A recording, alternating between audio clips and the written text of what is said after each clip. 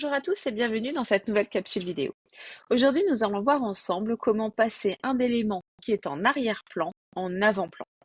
Pour cela, c'est assez simple.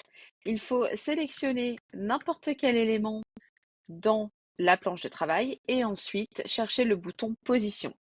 Si contrairement à moi, votre bouton position n'apparaît pas sur votre barre de menu, c'est qu'il est rangé tout simplement dans les trois petits points qui apparaissent.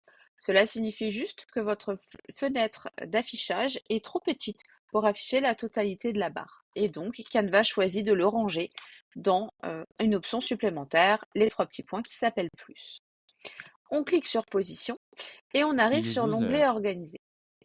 Depuis l'onglet Organiser, vous avez la possibilité de cliquer simplement sur les boutons arrière-plan, arrière, avant et avant-plan pour faire basculer les éléments qui existent déjà et qui sont présents sur la page pour les basculer en arrière-plan.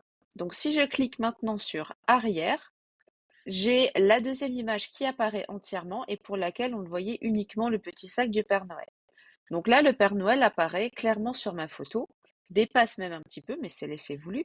Et on a simplement cliqué sur les boutons d'avant-plan et d'arrière-plan. Lorsqu'on a un grand nombre d'éléments sur la planche de travail, on peut utiliser le deuxième onglet qui s'appelle Calque.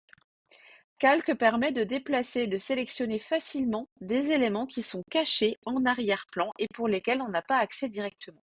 Donc pour cela, il suffit de cliquer dessus, de conserver le doigt sur la souris et de le déplacer en montant ou en descendant pour récupérer l'élément en question.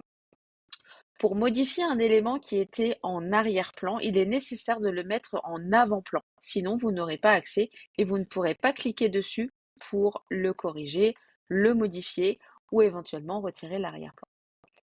Voilà, maintenant vous savez comment positionner vos éléments et récupérer ceux qui sont en arrière-plan pour les travailler ou les modifier.